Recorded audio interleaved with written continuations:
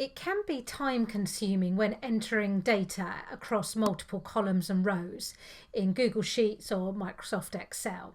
But you can save yourselves a little bit of effort with this tip.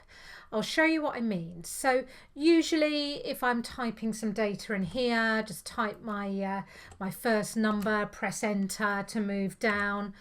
And then when I get to the bottom here, I press enter, and then either with the mouse or with the arrows on the keyboard, I move up to the top of the next column. Instead of doing this, I can make sure that it stays within a set range.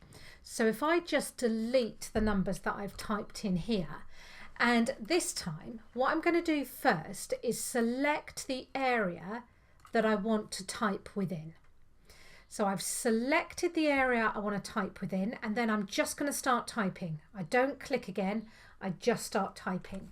So I'll start typing my numbers in, pressing enter after each one, and as I get to the bottom of the column here, when I press enter, it will take me to the next cell in that selected range.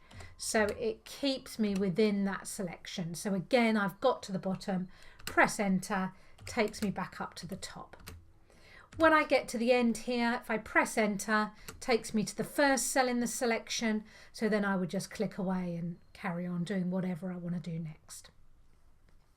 I've done that in Google Sheets. It is exactly the same in Microsoft Excel. So just go into an Excel sheet, highlight the cells I want to type within, and then just start typing, pressing enter after each one. It won't work if you don't press enter, so pressing enter after each one, and it keeps my typing within that selected range.